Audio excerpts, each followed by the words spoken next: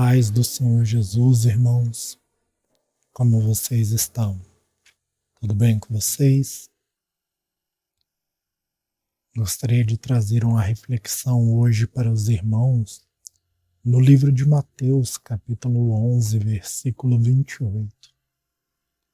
É um texto bem conhecido da palavra de Deus que nos diz: Vinde a mim todos os que estáis cansados e sobrecarregados, e eu vos aliviarei.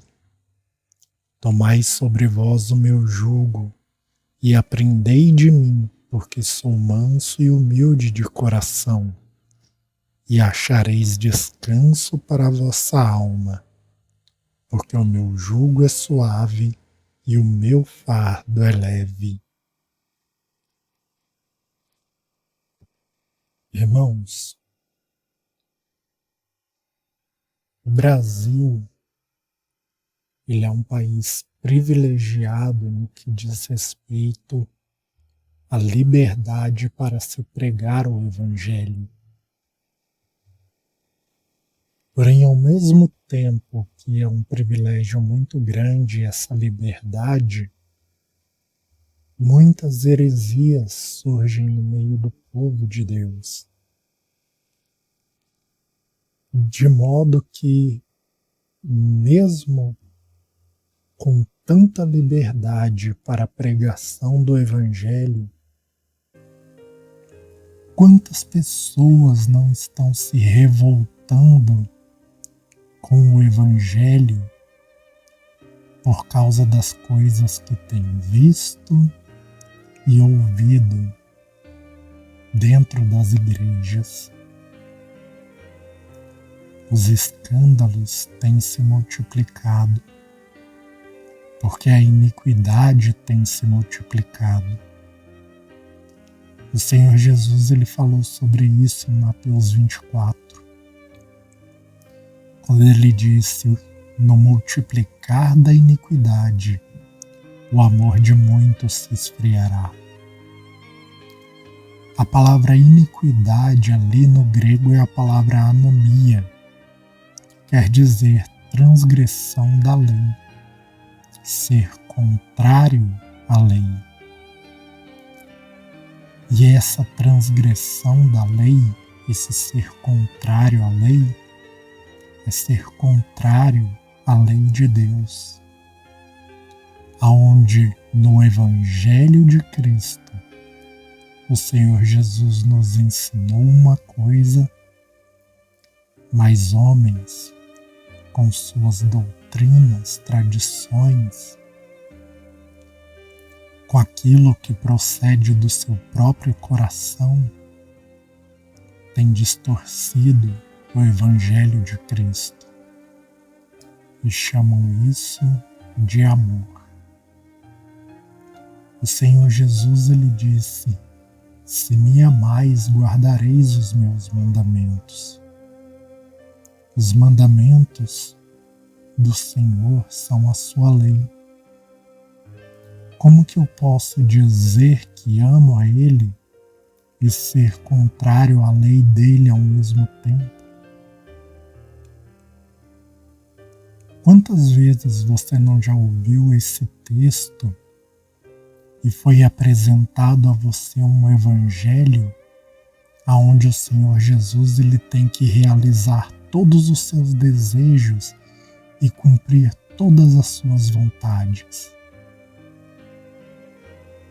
Quantas vezes você não ouviu que Jesus disse: vinde a mim que eu te aliviarei?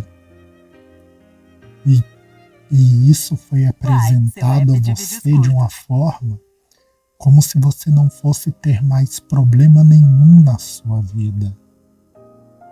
Como se angústias, tribulações e provações nunca mais fossem existir na sua vida.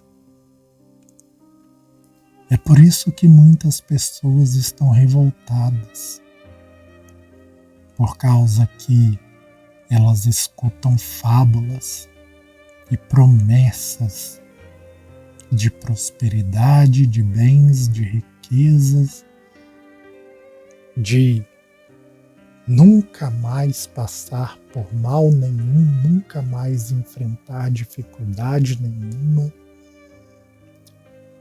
porque o evangelho que é apresentado a ela é um evangelho onde a vontade dela, o desejo dela está acima da vontade de Deus e do desejo de Deus. Tem provações e tribulações que elas vêm para provar a nossa fé. E Paulo disse isso em 2 Tessalonicenses, no capítulo 1, que isso é uma prova evidente do justo juízo de Deus, para que sejamos considerados dignos do seu reino.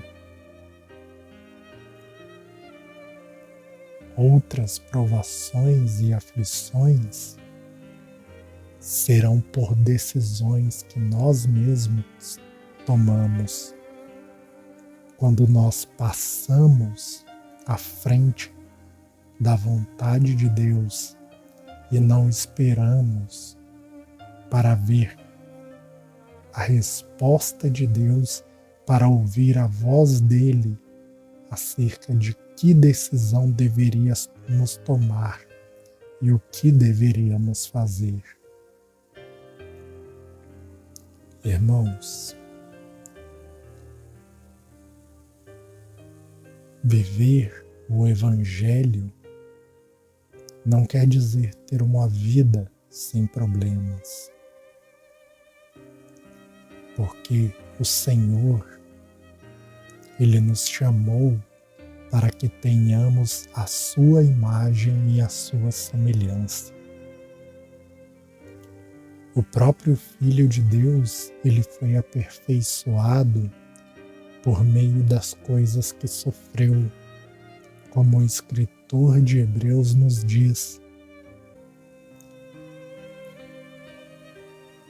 Pedro, ele diz que a provação da nossa fé, que é mais valiosa do que o ouro, ainda que refinado pelo fogo, produz para nós uma grande recompensa de glória, porque o fim da fé é a salvação da nossa alma.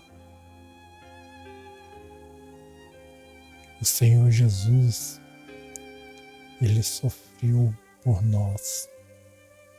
E Pedro também vai dizer que se Cristo sofreu na carne, devemos nós nos armar do mesmo sentimento.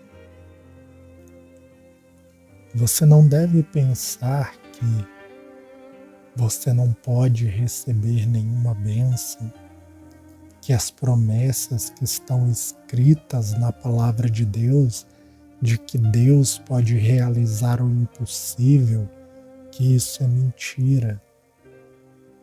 Mas você também não pode colocar a sua vontade acima da vontade de Deus. Eu já vi pregador dizendo que é a terra que comanda o céu. Lembra-se de Nabucodonosor, quando ele foi posto como um animal por 7 anos? Daniel, ele disse: você permanecerá assim até que você entenda que o céu domina.